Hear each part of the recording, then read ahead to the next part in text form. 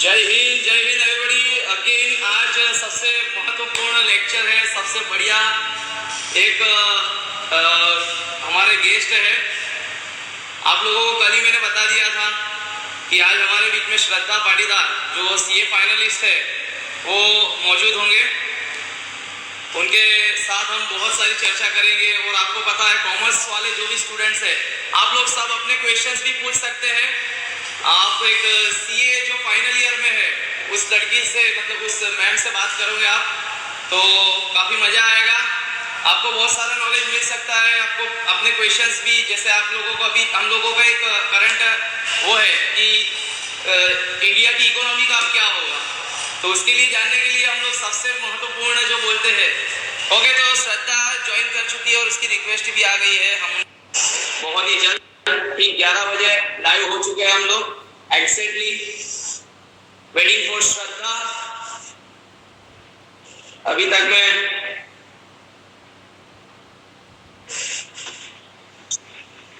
हाय श्रद्धा, जय हिंद, कैसे हो?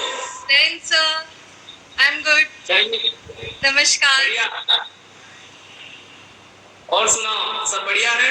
सब बढ़िया है। क्वारंटाइन कैसे जा रहा है आपका? जी सर, मेरी आवाज आ रही है आपके इधर? हाँ सर, आ रही है। क्वारंटाइन कैसा जा रहा है आपका? बहुत अच्छा जा रहा है। बहुत अच्छा जा रहा है। काफी समय के बाद मुझे इतनी छुट्टियां मिली है कि मैं घर पे सबके साथ स्पेंड कर सकूं टाइम। अच्छा ऐसा है, तो छुट्टियों का एंजॉय कर रहे हो आप वहाँ पर? ठीक है, हमने भी एक प्रोग्राम डेवलप किया है जिससे आपसे परमिशन लिया था, आपको रिक्वेस्ट किया था और आपने हमारी रिक्वेस्ट को एक्सेप्ट किया, इसके लिए आपको सबसे पहले थैंक यू सो मच। वैसे आपका इंट्रोडक्शन। थैंक यू सर, क्योंकि आपने मुझे बुलाया यहाँ पे, आप मेरे टीचर रहे हो, तो आप जो बोलोगे वो मेरे लिए काफी सही होगा। नहीं वो तो ठीक है, हम टीचर थे, अभी कोई दिक्कत नहीं। अभी आप बहुत आगे निकल चुके हमसे, बहुत ही आगे हो। कुछ भी हो जाए, हम कितने भी बड़े हो जाए, लेकिन जो है वो तो सही रहेगा ना, उसे हम बदल नहीं सकते और बदलना भी नहीं चाहते। ओके सो आपका इंट्रोडक्शन आप स्वयं पहले दे दीजिए, वैसे मैंने आपका पोस्टर उसमें दिया था, देन आपको एक डिटेल में आप स्वयं दे दीजिए प्लीज। जी, मेरा नाम श्रद्धा पाटीदार है, मैं एमपी की रहने वाली हूँ। फिलहाल मैं गुजरात में अपनी पढ़ाई कर रही हूँ, साथ में आर्टिकलशिप कर रही हूँ as an chartered accountant assistant, जिसका मेरा फाइनल ईयर है। अभी फाइनलिस्ट बन चुकी हूँ, फाइनल ईयर नहीं है। आर्टिकलशिप 3 साल की कंटिन्यू होती है, जिसमें मेरा 1 साल हो चुका है और मैं जो भी कर रही हूँ उसे काफी एंजॉय कर रही हूँ। अपनी लाइफ को भी साथ में पूरी तरीके से जी रही हूँ। तो आपकी हॉबी क्या है? मुझे डांस करना पसंद है, मुझे गाना गाना पसंद है। हाँ, काफी बेसुरा गाती हूँ बट मुझे पसंद है, और पेंटिंग करना पसंद है। जी सर, आप कुछ बोल रहे थे? सर मुझे आपकी आवाज क्लियर नहीं आ रही है। अब आ रही है आवाज? हेलो। हाँ सर। तो आप डांस के आपकी हॉबी है, तो डांस के बारे में बोल रहे थे, क्या बता रहे थे आप? Sorry sir, you are not audible to me. Wait, अब आ रही है आवाज क्या? Yes sir. तो डांस के बारे में आपने जो कहा था, तो डांस के बारे में बता दें कि आपने कुछ साल पहले जब डांस नेशन नाम की कॉम्पिटिशन हुई थी ऑल ओवर मध्य प्रदेश में, तो उसमें टॉप 20 में स्थान प्राप्त किया था। तो उसके बाद आपने डांस को आगे क्यों कंटिन्यू नहीं किया? उसके बाद मेरा पढ़ाई में थोड़ा ज्यादा मन लगने लगा। हाँ, अभी भी मैं कभी कभी डांस वगैरह करती हूँ, लेकिन शोज नहीं करती। बाकी डांस मुझे आज भी पसंद है, काफी पसंद है। अच्छा। हाँ, बड़ौदा में गरबा जरूर करती हूँ, नवरात्रि में मैं गरबा जरूर करती हूँ पूरे 9 दिन। अच्छा यूनाइटेड वे बहुत बिगेस्ट गरबा महोत्सव, यूनाइटेड वे, नवलखी सभी ट्राई किया है मैंने। अच्छा, तो ना आपका पैशन क्या है? मेरा पैशन बचपन में तो सबके ड्रीम होता है, कभी किसी को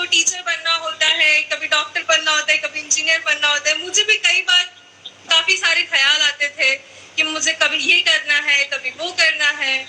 लेकिन हाँ, मेरा पैशन अब चार्टर्ड अकाउंटेंसी है, मुझे अच्छा सीए बनना है। इन फ्यूचर हो सकता है कि मुझे फाइनेंस में बहुत इंटरेस्ट है, तो शायद मैं फाइनेंस मिनिस्टर के लिए आगे अप्लाई कर दूं, या मुझे मेरा एक ही पैशन है कि मैं एक बहुत अच्छी चार्टर्ड अकाउंटेंट बनूं। अच्छा, बहुत ही अच्छा है आपका पैशन। वैसे आपने सीए बनने का फैसला कैसे लिया, मतलब क्यों लिया? सीए बनना, पहले मुझे पता भी नहीं था इस फील्ड में क्या है, कैसा है। बस मुझे ये बताया गया था इस फील्ड में पैसे बहुत है तो मेरा एक होता है ना कि हाँ, बड़ा घर चाहिए, बड़ा ये चाहिए, वो चाहिए। लेकिन जब धीरे धीरे पता चला कि हाँ, ये चीज में ऐसा है, वैसा है, आप ये बनने के बाद ऐसा कर सकते हो, तो जैसे जैसे टाइम निकलता जाता है आपकी थिंकिंग डेवलप होती जाती है। तुम्हें कैसे योगदान देना है टुवर्ड्स योर कंट्री, कैसे हेल्प करना है लोगों की, ये सब धीरे धीरे मतलब बहुत अटूट बना दिया है कि हाँ, मुझे चार्टर्ड अकाउंटेंट ही बनना है। अच्छा, आपका ड्रीम क्या है वैसे? यही है ड्रीम आपका टोटली? ड्रीम मेरा यही है कि मुझे एक अच्छी सीए बनना है। और आपके रोल मॉडल? मेरे आप किससे रोल मॉडल? मेरा कोई स्पेसिफिक रोल मॉडल नहीं है। मैं काफी लोगों से इंस्पायर हूँ, जैसे रतन टाटा सर है, नरेंद्र मोदी सर है, और राकेश झुनझुनवाला सर है। काफी सारे लोग हैं जिनसे काफी कुछ सीखने मिलता है। मैं सबकी अच्छी क्वालिटीज ऑब्जर्व करती हूँ और उसे अडॉप्ट करने की कोशिश करती हूँ। आपने कोई बुक पढ़ी है या कोई बुक से आप इंस्पायर हुए हो? जी, मैंने अभी तो सच बोलूं तो कॉम्पिटिटिव एग्जाम की प्रिपरेशन कर रही हूँ। मेरे पास काफी सारी बुक्स पढ़ने के लिए है जिसके कारण मैं अदर बुक्स नहीं पढ़ पाती हूँ। बट हाँ, एक एपीजे अब्दुल कलाम सर की मैंने एक बुक पढ़ी है, विंग्स ऑफ फायर, अग्नि की उड़ान। और फिर से बताइए नाम। सॉरी सर, बुक का नाम फिर से बताइए। विंग्स ऑफ फायर, अग्नि की उड़ान। ओ या, एपीजे अब्दुल कलाम सर की बुक है, जिससे उनकी खुद के एफर्ट्स, उनकी मेहनत, सब कुछ उसमें बताया गया है। उनका डेडिकेशन जो उनको इंडियन स्पेस रिसर्च सेंटर पे लेकर आई है, और उनकी सारी जितनी भी गाथाएं हैं उसमें शामिल है, जो लोगों को काफी इंस्पायर करती है। जो मैं अगर किसी को रिकमेंड करूंगी तो मैं जरूर करूंगी ये बुक की कोई एक बार तो लाइफ टाइम में ये बुक जरूर पढ़े। Very good, okay. और आपकी ड्राइंग भी बहुत अच्छे बना लेते हो, ऐसा सुना है। आपके ड्राइंग का एक प्रोफेशनल पेज भी है। जी सर, ड्राइंग तो काफी सालों के बाद मैंने बनाई है। मुझे खुद को नहीं पता था कि मैं थोड़ी अच्छी ड्राइंग बना सकती हूँ बट ये क्वारंटाइन ने मुझे बताया कि हाँ, मैं ये भी कर सकती हूँ आप एक दो ड्राइंग बता सकते हो, एक दो ड्राइंग कोई भी? जी सर, मैंने काफी सारे अपने इंस्टाग्राम पे पोस्ट भी रखे हैं। एक तो मैंने कोरोना के रिलेटेड बनाई है, रिगार्डिंग कोरोना। मेरी सारी ड्राइंग्स कुछ न कुछ मैसेज देती है। तो एक में मैंने कृष्णा बनाए हैं, राधे कृष्णा बनाए हैं। एक में मैंने ये बताया है कि एक कपल जो स्टार्टिंग से बचपन से लेकर मृत्यु तक साथ में है। मेरी सारी ड्राइंग्स कुछ न कुछ मैसेज जरूर छोड़ती है। अच्छा, ओके। तो आप गेम्स कौन कौन सा खेलते हो? आपने गेम्स में भी कोई अचीवमेंट किया हो? जी सर, मुझे चेस सबसे ज्यादा पसंद है। मैंने ऐसे तो सारे गेम्स थोड़े बहुत खेले हैं, मुझे ज्यादा आते नहीं है, बट स्टिल चेस में मैंने स्टेट लेवल तक मैं गई हूँ। आप ही की कृपा से आप ही की मेहनत थी उसमें। और नहीं, मेहनत आपकी, मैंने खाली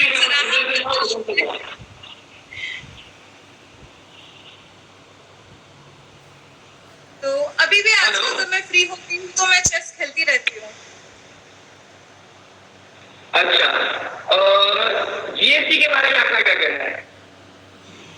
जीएसटी सर, इसे काफी सालों से लाने की कोशिश की जा रही थी। इवन मनमोहन सर जब थे तब भी लाने की कोशिश की जा रही थी, बट सर नरेंद्र मोदी से लेकर आए हैं 2017 में, जो कि काफी सही साबित हो रहा है। हाँ, हमें काफी पढ़ना पड़ता है इस चीज को रिलेटेड, बट ये जो टैक्स लगाया है, टैक्स सेविंग्स, जो टैक्स बचाने की कोशिश करते हैं वो सही है, लेकिन जो टैक्स चुराने की कोशिश करते हैं वो काफी गलत है। जीएसटी कई एक्सटेंट तक जीएसटी ने टैक्स को बचाने की कोशिश भी की है। हमारे इंडिया की इकोनॉमी का ग्रोथ पे भी इसका इम्पैक्ट काफी पड़ा हुआ है। तो जीएसटी काफी सही डिसीजन था लाने का। ये एक्ट काफी सही है जो कि 2017 में 1 जुलाई को आया गया, इम्प्लीमेंट हुआ गया। ओके, अब मैं आपको एक महत्वपूर्ण क्वेश्चन करूंगा कि आपने अभी जैसे कहा कि टैक्स को बचाने का भी काम होता है और टैक्स को पे करने का भी।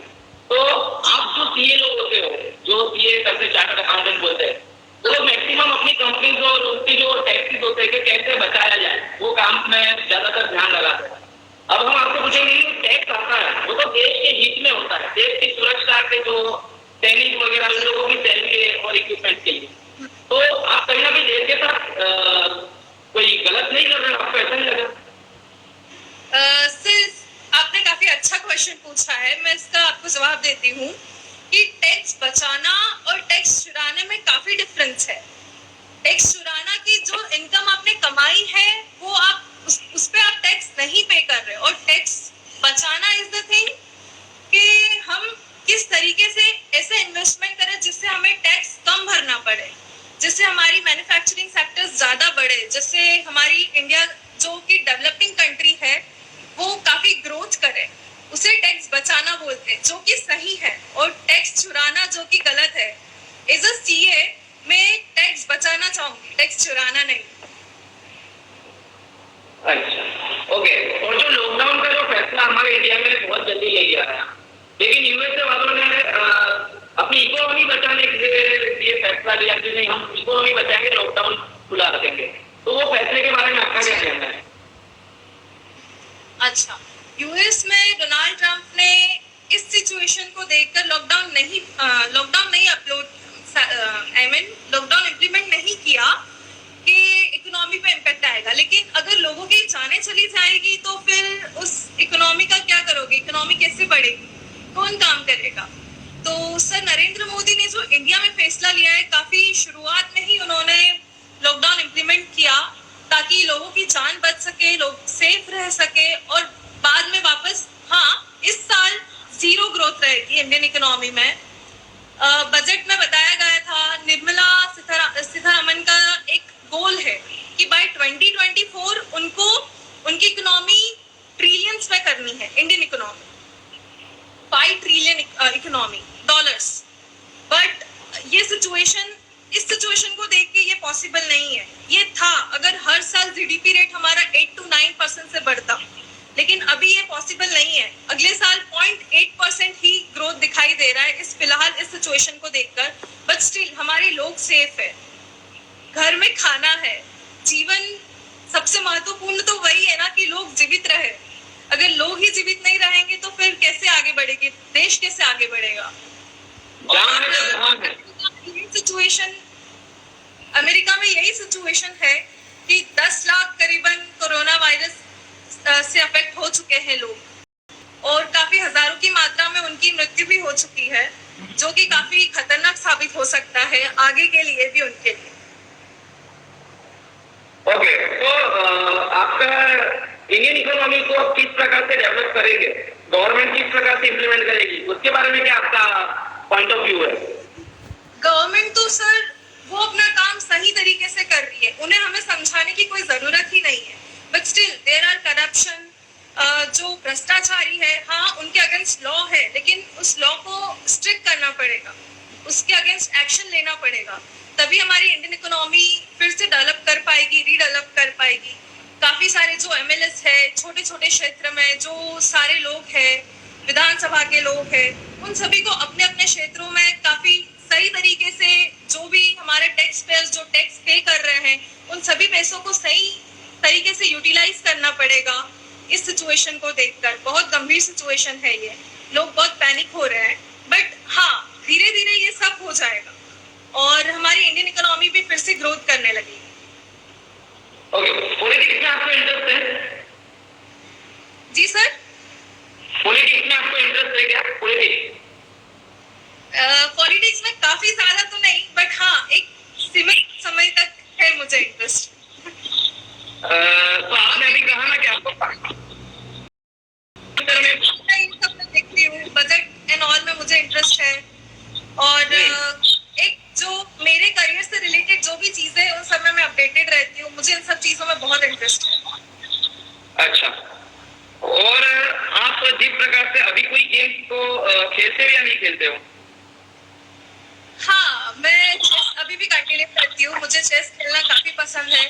जब मैं बहुत स्ट्रेस आउट रहती हूँ या कुछ भी परेशान होती हूँ, तो जब भी मैं चेस खेलती हूँ मैं एकदम रिलैक्स हो जाती हूँ। दिन भर मैं आर्टिकलशिप पे जाती हूँ, ऑफिस में काफी फ्रस्ट्रेशन होता है, कभी बॉस की डांट भी खानी पड़ती है कुछ गलत काम कर दिया तो, कभी सुनना पड़ता है किसी से, सीनियर से सुनना पड़ता है। तो उन सबसे स्ट्रेस रिलीफ करने के लिए मैं चेस आज भी खेलती हूँ। स्पोर्ट्स खेलना चाहिए। चेस देखा जाए तो वो तो स्वयं चेस जो देखा जाए तो वो तो खुद एक स्ट्रेसफुल गेम है, मतलब कि वो मेंटली स्ट्रेस करती है। तो उससे आप स्ट्रेस रिड्यूस कैसे करते हो? नहीं सर, आप इसको गलत ले रहे हैं। ये स्ट्रेस रिड्यूस करता है मेरा, मुझे क्योंकि इसमें इंटरेस्ट है। हमें जिस चीज में इंटरेस्ट होता है वो हमारे लिए कभी भी स्ट्रेसफुल नहीं हो सकता है। अच्छा, ऐसा। तो आपने जो चेस अभी तक में जो खेला है उससे आपको करियर में कोई फायदा हुआ? हाँ, प्रोफेशनली जब आप लेवल तक अचीव, एक्टिवनेस बहुत बढ़ती है इससे। ये जो गेम खेलते हैं लोग सराहते भी हैं काफी। हाँ, ये चेस खेल रहे हैं, अरे वाह इतनी इंटेलिजेंट है, इसे चेस आता है। मतलब एक स्टेटस है एक चेस का जो मुझे काफी प्रभावित करता है, काफी एक्साइटेड बनाता है। मुझे काफी अच्छा लगता है ये खेल। और अभी आपकी पढ़ाई कौन सी जगह से चल रही है? वडोदरा। वडोदरा में यूनिवर्सिटी और इसका नाम? It's a very peaceful university, peaceful city, और जहाँ पे एमएस यूनिवर्सिटी से मैंने बीकॉम भी किया है। हाँ, मैंने लॉ के लिए भी अप्लाई किया था वहाँ पे, लेकिन कुछ सिचुएशन में आउट ऑफ वडोदरा थी तो उन लोगों ने मेरा एडमिशन अप्लाई मतलब नहीं किया। उन्होंने मुझे एडमिशन मेरा टॉप में, जैसे हमें अगर लॉ के लिए अप्लाई करना होता है तो उसके लिए एक एंट्रेंस एग्जाम देनी पड़ती है जिसमें हजारों मात्रा में बच्चे बैठते हैं। तो आउट ऑफ स्टेट से सिर्फ 2 सीट खाली होती है। अगर आप कैटेगरी वाइज होता है उसमें डिस्ट्रीब्यूशन सीट का, तो सिर्फ 2 खाली होती है। जिसमें मैंने अप्लाई किया था मेरा फर्स्ट मेरिट में नाम आया था, लेकिन मेरे सारे डॉक्यूमेंट्स कंटिन्यू होने के बावजूद, एकदम प्रॉपर होने के बावजूद उन्होंने मुझे इसलिए एक्सेप्ट नहीं किया कि मैं सिटी में अवेलेबल नहीं। इवन मेरे सिग्नेचर सब कुछ उस पे थे, फी वगैरह सब कुछ, बट उन्होंने इसी कारण एडमिशन एक्सेप्ट नहीं किया कि मैं सिटी में अवेलेबल नहीं थी। उन्होंने मेरा रीजन नहीं समझा था। हाँ, मुझे काफी बुरा लगा था, बट वो उनके रूल्स है तो हम कुछ कर नहीं सकते। ओके, और आपने जो सीए बनने के लिए कोचिंग कहाँ पे प्राप्त की? कोचिंग कौन सा यूज किया? सर मैंने कोचिंग थोड़े टाइम के लिए की थी, फिर बाकी जो सेकंड लेवल था उसमें मैंने खुद से प्रिपरेशन की थी। सेल्फ स्टडीज मुझे ज्यादा सही लगती है। हाँ, मुझे अगर जरूरत होती तो मैं फ्रेंड्स लोगों की मदद लेती थी, लेकिन मैंने क्लासेस नहीं कंटिन्यू की। आपने 12th क्लास में इंदौर सिलेक्ट किया था और आप इंदौर, उसके बाद आपने वहां से बड़ौदा सिलेक्ट किया, उसका कोई मेन रीजन क्या था? सर मेन रीजन स्टार्टिंग में तो मेरे लिए एमएस यूनिवर्सिटी थी, बट वडोदरा इतना पीसफुल है ना सर कि इंदौर मुझे थोड़ा कम जमा एटमॉस्फेयर को लेकर या देखकर, तो मुझे वडोदरा में काफी अच्छा लगा, तो मैं वहीं। नहीं, लेकिन आप बड़ौदा गए उसके बाद आपको पता चला कि बड़ौदा पीसफुल सिटी है, लेकिन इंदौर में जब आप थे और इंदौर छोड़ने का फैसला क्यों किया? सर इंदौर का एटमॉस्फेयर मुझे नहीं जमा था। हाँ, काफी अच्छी सिटी है हमारा इंदौर, बट स्टिल मेरे लिए शायद नहीं था उस वक्त पे।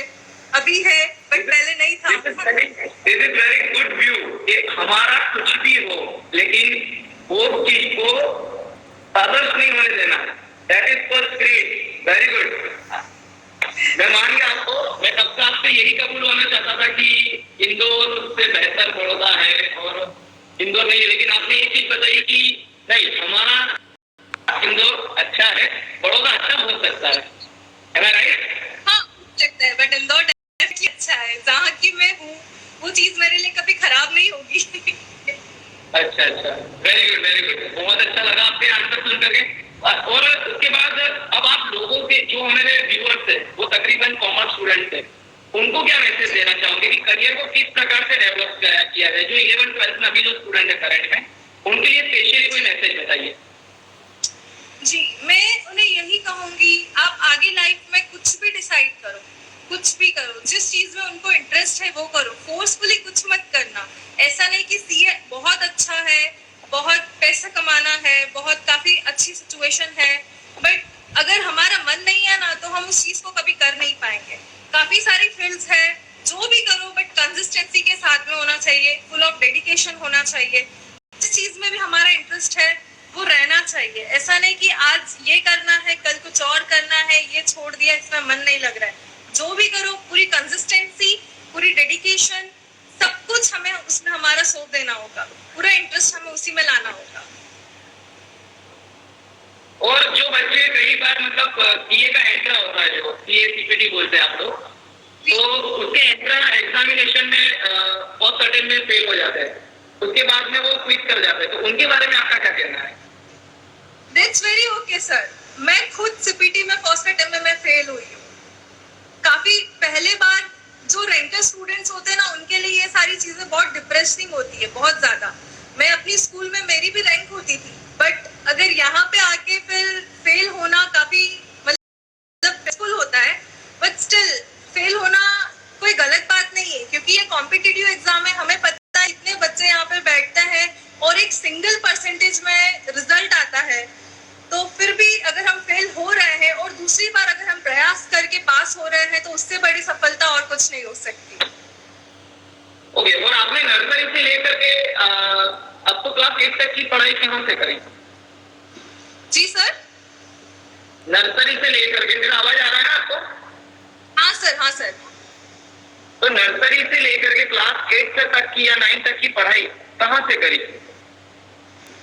मैंने अपने बड़ी मम्मी के स्कूल में ही किया था, ब्राइट पब्लिक स्कूल कुक्षी, और आफ्टर दैट मैंने 9 सीबीएसई में कन्वर्ट करवा लिया अपना, जो कि अलीजेंस एकेडमी कुक्षी से किया है।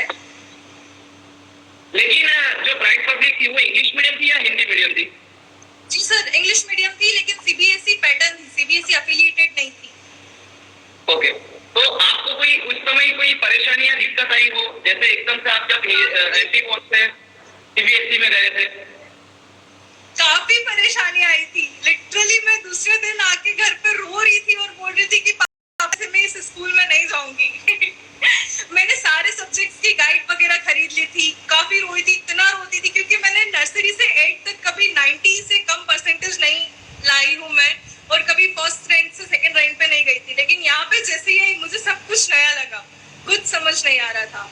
तो उसके बाद मेरे पापा स्कूल में आए, प्रिंसिपल सर से बात की, मुझे वहाँ पे बुलाया, काफी सर ने मुझे काफी सब कुछ समझाया कि कैसे होता है, क्या करना है, क्या नहीं करना है।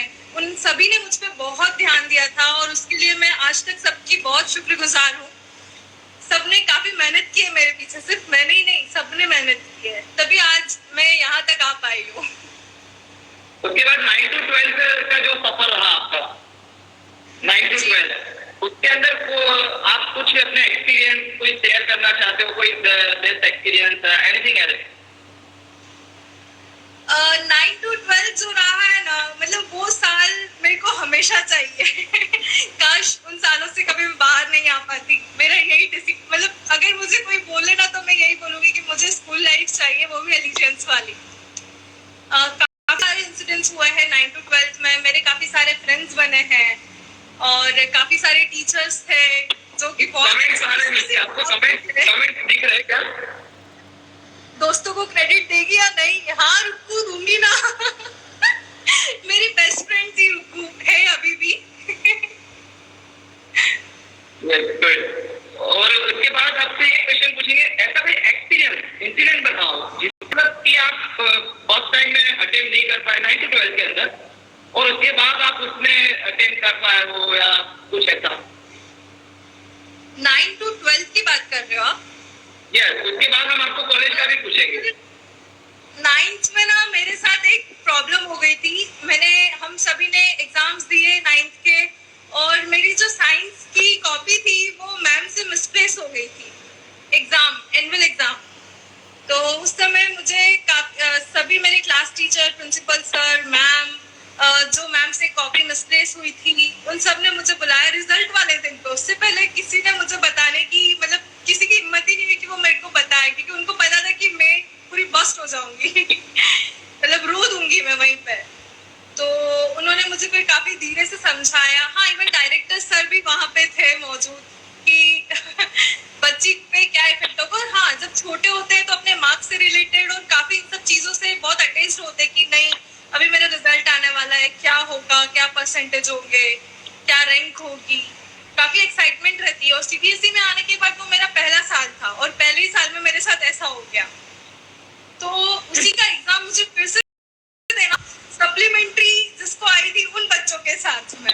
तो मुझे देखकर उस दिन जब मैं गई एग्जाम देने तो सब शॉक हो गए कि शुद्धा तुम्हें सप्लीमेंट्री आई है तुझे। तो उस दिन मुझे बहुत रोना आया। जिस दिन कॉपी मिसप्लेस हुई थी उस दिन नहीं रोई, लेकिन अगर मुझे सबने उस दिन ये बोला था ना कि तुझे सप्लीमेंट्री आई, उस दिन मैं काफी रोई थी कि यार मुझे ऐसे क्यों बोल रहे हैं, मैं तो पास हूँ तो फिर सभी टीचर्स ने उनको बोला कि नहीं, उसकी कॉपी मिसप्लेस हो गई इसलिए उसको एग्जाम फिर से देना पड़ रहा है वो इंसिडेंट मेरे लिए आज तक याद रहेगा मुझे हमेशा ऐसा।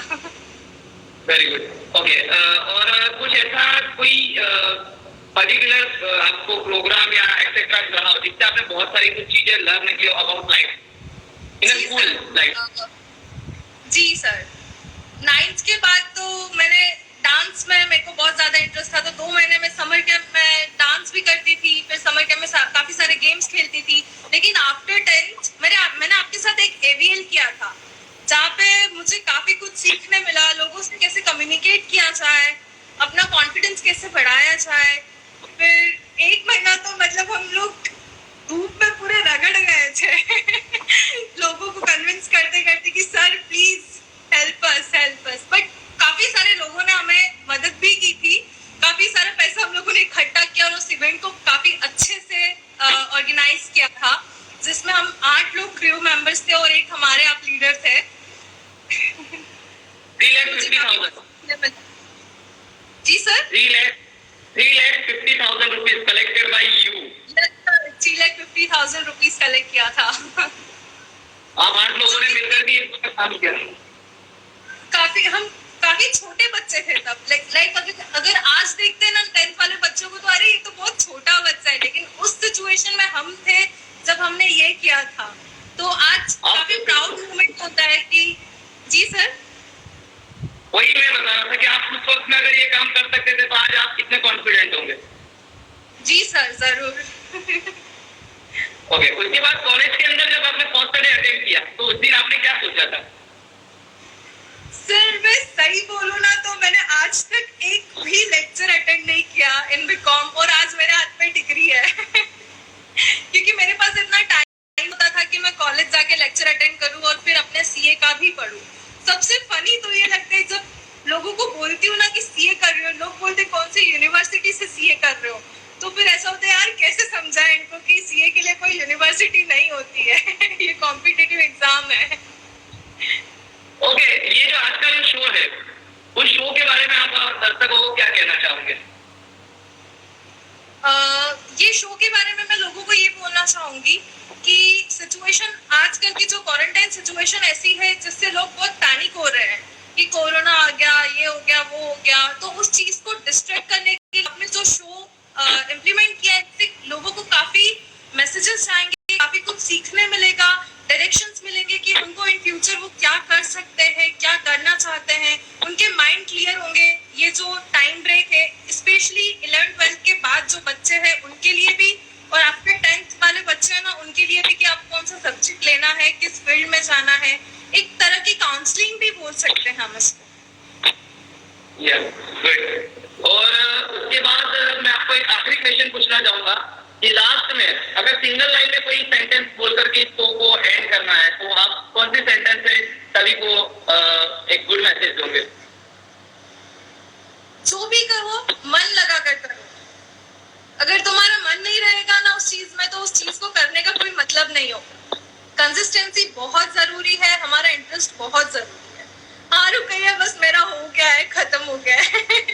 बस वो एक्चुअली 30 मिनट के बाद में एक्चुअली अभी 28 मिनट हुए, 2 मिनट भी है या 2 मिनट मेरे पास और है, ठीक है। और आपसे क्वेश्चन पूछेंगे कि आने वाले दिनों में अगर आपके पास में जिस प्रकार आप अभी सीए के अंडर में वर्क कर रहे हो, तो क्या आप सीए बनने के बाद नेक्स्ट जो बच्चे आएंगे उनको हेल्प करोगे या नहीं करोगे? जी सर, जरूर करूंगी, क्यों नहीं करूंगी। ये तो मेरे लिए एक सौभाग्य की बात होगी कि मैं किसी को इंस्पायर कर सकती हूँ, किसी को डायरेक्ट कर सकती हूँ, उनके फ्यूचर को कैसे डायरेक्ट कर सकती हूँ और उनको बता सकती हूँ कि आप ये कर सकते हो, वो कर सकते हो। आगे उनकी इच्छा होगी कि उनको किस तरीके से आगे बढ़ना है, बट स्टिल अगर मैं किसी को करने में सक्षम होती हूँ तो ये मेरे लिए बहुत सौभाग्य की बात होगी। ओके, अब आप लास्ट में जो आपकी ओर से बोलना चाहते हो, आप फ्री हो, यू हैव 1 मिनट लास्ट, तो please take by your end. अगर मुझे बोलने के लिए बोला जाएगा तो मैं पूरा दिन बोलती You have just 1 minute. 1 minute. सब सभी लोगों को मैं शुक्रिया करना चाहूंगी कि आप लोगों ने इतने पेशेंस के साथ में मेरी बकवास सुनी है, मेरी बातें सुनी है।